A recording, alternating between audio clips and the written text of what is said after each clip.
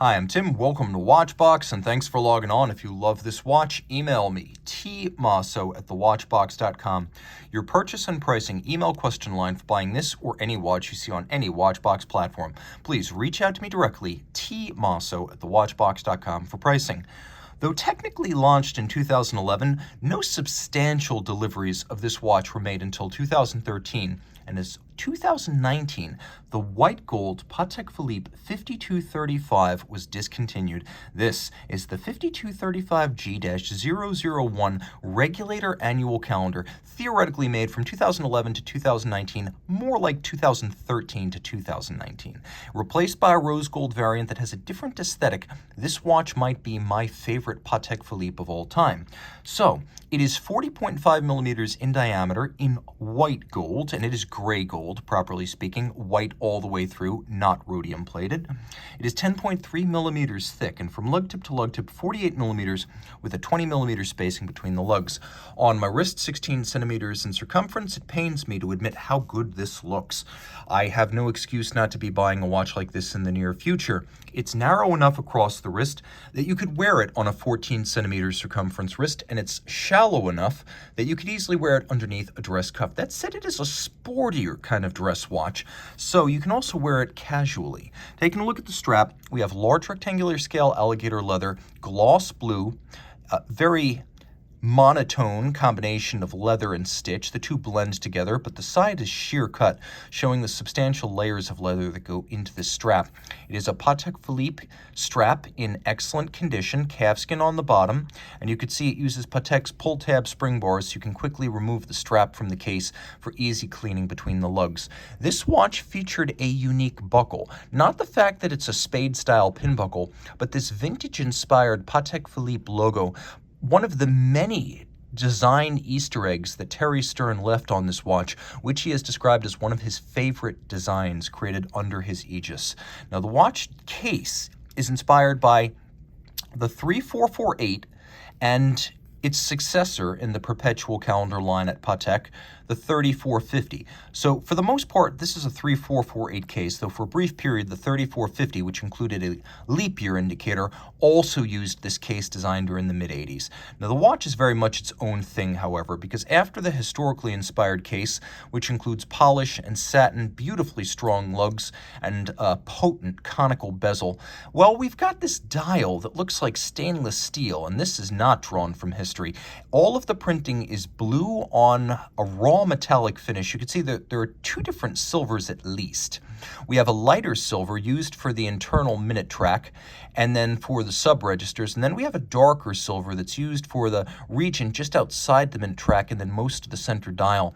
Patek does not print its logo or its city of origin on this dial. You can see that the names of maker and city are engraved on the dial, beautifully subtle. We have two sunken registers for this regulator style dial. So we have separate hours, minutes, and seconds. That's why it's called a regulator, like the regulator clocks in antique watchmaking workshops that would be used for setting timepieces. We have a concentric pattern in each of the sunken sub-registers, which adds a little bit of texture to the surfaces. And then it is an aperture style annual calendar. Patek invented the first annual calendar in 1996.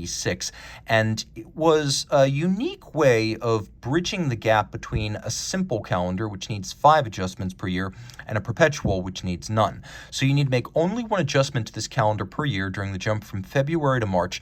We have an aperture style display, which is easier to read, in my opinion, than the small pointer registers often featured on watches like, for example, the 5140 or the annual calendar 5035. So we have the day, the date, and the month, and this watch was one of the first Patek Philippe watches to include a hacking seconds function, and in good taste, Patek made the calendar discs the same color as the dial and printed them in the same blue used for the rest of the dial. The hands are also beautifully blued. Turn it all over.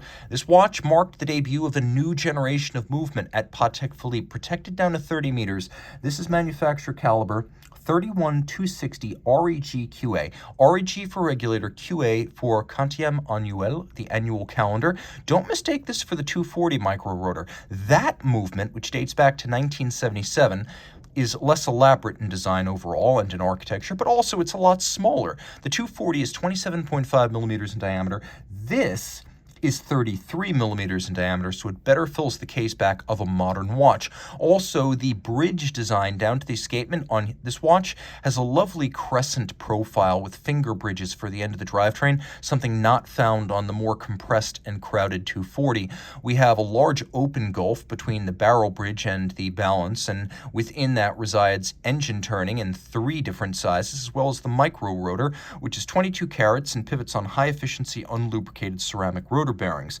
The watch has a 48-hour power reserve, and it beats away at a quirky rate of 23,040 vibrations per hour. Now, why is that? It's because, and we'll get as close as we can here, if you look at the escapement, we have the combination of a silicon anchor, escape wheel, and hairspring, incorporating all of the elements of the first 4 advanced research watches, except for Gyromax SI, which was the hybrid gold and silicon balance. So here we have most of the advanced research technologies, an anti-magnetic thermally inert hairspring, and unlubricated high-efficiency silicon escapement to make this watch more efficient and more accurate potentially, than a standard Patek watch. That potential is realized with the addition of a Gyromax-style free-sprung regulator and 6-position adjustment, not the 5 you'd expect on a chronometer.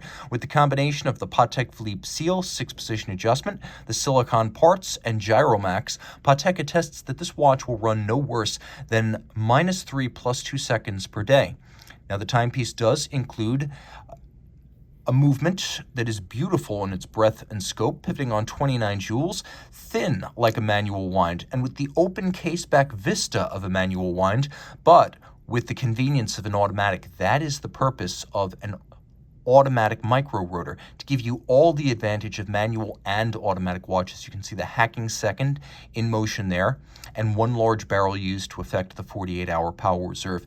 You could see that the Côte de Genève broad, light, luminous. That engine turning on the base plate in different sizes is handsome. Satination on all the wheels, from the ratchet wheel all the way down through the drivetrain. You can see black polished screws, their heads black polished, their slots and circumference chamfered. You can see that some of the locating pegs used to place the bridges precisely on the base plate, you can see 2 on the balance cock, they have been mirror polished on their tip.